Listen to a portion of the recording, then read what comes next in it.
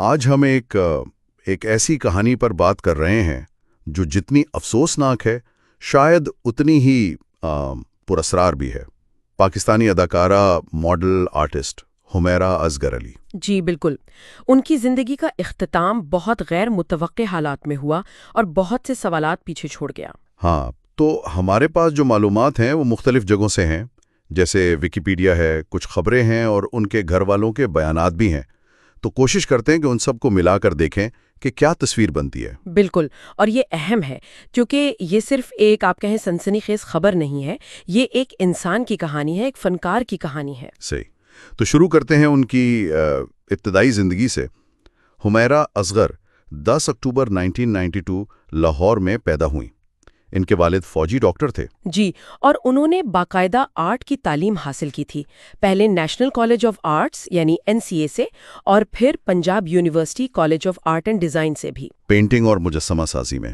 ہاں، اور دلچسپ بات یہ ہے کہ ان کے اپنے فن پاروں کا جو محور تھا وہ اکثر خواتین کا معاشرے میں کردار، ان کی بااختیاری، اس طرح کے موضوعات ہوتے تھے، اور اردو ادب اور شاعری سے بھی وہ متاثر تھیں۔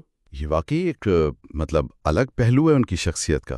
ایک طرف وہ مین سٹریم میڈیا میں کام کر رہی تھی، جی، ماڈلنگ، اداکاری، اور دوسری طرف یہ گہری فنی دلچسپی۔ بالکل، ان کا فنی سفر شروع تو کالج سے ہی ہو گیا تھا، رفیع پیر تھیٹر ورک شاپ سے۔ اچھا، پھر ماڈلنگ میں آئیں، کئی مشہور برانڈز کے لیے کام کیا، ٹی وی ڈراموں میں بھی نظر آئیں، جیسے بے نام، جسٹ میرڈ۔ ہاں، گرو بھی تھا، احسان فراموش، صراط مستقیم میں ایک کردار کیا تھا لالی کا، اور پھر وہ جو ریالٹی شو تھا تماشا ARY ڈیجیٹل پر، اس سے انہیں بہت زیادہ پہچان ملی۔ جی ہاں، وہ کافی مقبول ہوا تھا۔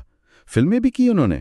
جی، 2 فلموں کا ذکر ملتا ہے۔ 2015 میں جلیبی تھی، اس میں شاید ماڈل کے طور پر ہی تھیں، اور 2016 میں ایک فلم ایک تھا بادشاہ میں مرکزی کردار میں تھیں۔ اچھا، پھر 2022 میں وہ ایک عجیب سا تنازع بھی ہوا تھا، وہ وائرل ویڈیو والا۔ ہاں، وہ ایک ٹک ٹاک ویڈیو تھی جس میں کوئی خاتون جنگل میں آگ کے سامنے چل رہی تھیں، تو غلطی سے حمیرہ کا نام اس سے جوڑ دیا گیا۔ وہ اصل میں کوئی اور ٹک ٹاکر تھیں، ڈالی آفیشل نام سے۔ اور حیرانی کی بات ہے کہ کچھ بین الاقوامی میڈیا اداروں نے بھی، جیسے AFP نے، یہی غلطی کی۔ بعد میں پھر وضاحتیں آئیں۔ لیکن ان کے کام کو سراہا بھی گیا ہے نا؟ وہ ایوارڈ کا ذکر ہے۔ جی بالکل، 2023 میں انہیں میڈیا اور انٹرٹینمنٹ میں ان کی خدمات کے لیے نیشنل ویمن لیڈرشپ ایوارڈ دیا گیا۔ یہ تو ایک اہم کامیابی تھی، لیکن اس کے بعد چیزیں تھوڑی غیر واضح ہونا شروع ہو جاتی ہیں۔ جی، ان کی جو آخری معلوم سرگرمی ہے وہ سپٹمبر 2024 میں ایک میگزین کے لیے فیشن شوٹ تھی، اور اسی مہینے ان کی آخری انسٹاگرام پوسٹ بھی تھی۔ ہاں، اور ایک سٹائلسٹ کا بیان ہے کہ ان سے آخری رابطہ اکتوبر 2024 میں ہوا تھا۔ اکتوبر 2024، اور پھر ایک لمبی خاموشی، یہاں تک کہ 8 جولائی 2025 کو، یعنی کئی مہینوں بعد، کراچی میں DHA فیز 6 کے ایک فلیٹ سے ان کی لاش ملی۔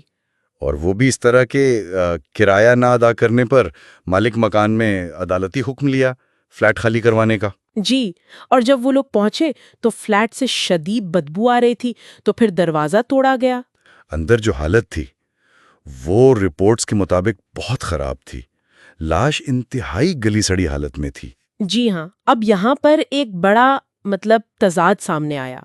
شروع میں کہا گیا کہ موت شاید 2-3 ہفتے پہلے ہوئی ہے، لیکن پھر جب فورینزک شواہد یعنی جو سائنسی جانچ پڑتال ہوئی اور ڈیجیٹل شواہد دیکھے گئے، جیسے کال ریکارڈز، سوشل میڈیا ایکٹیویٹی کا نہ ہونا، فلیٹ سے ملنے والی چیزیں جو پرانی تھیں، زائد المیعاد، اچھا، تو ان سب سے اندازہ لگایا گیا کہ موت ممکنہ طور پر اکتوبر 2024 میں ہی ہو گئی تھی، یعنی لاش ملنے سے تقریباً 9 مہینے پہلے۔ 9 مہینے، یہ تو بہت حیران کن ہے۔ بہت زیادہ۔ پولیس کا کہنا ہے کہ فلیٹ اندر سے بند تھا، زبردستی داخل ہونے کے کوئی نشان نہیں تھے، حالانکہ کچھ رپورٹس میں یہ بھی آیا کہ شاید بالکنی کا دروازہ کھلا تھا۔ یہ بھی ایک کنفیوژن ہے۔ پوسٹ مارٹم میں کیا آیا؟ پوسٹ مارٹم میں بھی وہی شدید گلنے سڑنے کی تصدیق ہوئی۔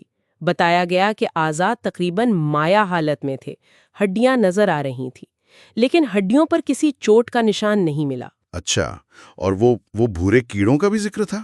جی بھورے کیڑے موجود تھے لیکن میگٹس نہیں تھے۔ یہ تفصیلات شاید وقت کا تعین کرنے میں مدد دیں۔ اور فونز کا کیا بنا؟ 2 موبائل فون تو ملے ہیں فلیٹ سے، لیکن ایک شبہ ظاہر کیا جا رہا ہے کہ شاید ایک تیسرا فون بھی تھا جو غائب ہے۔ اوہ، اور یہ بھی کہ عمارت میں CCTV کیمرے نہیں تھے؟ جی یہ بھی ایک اہم نقطہ ہے تفتیش کے حوالے سے، اس سے کافی مشکل ہو رہی ہے۔ تو فی الحال پولیس کیا کہہ رہی ہے موت کی وجہ؟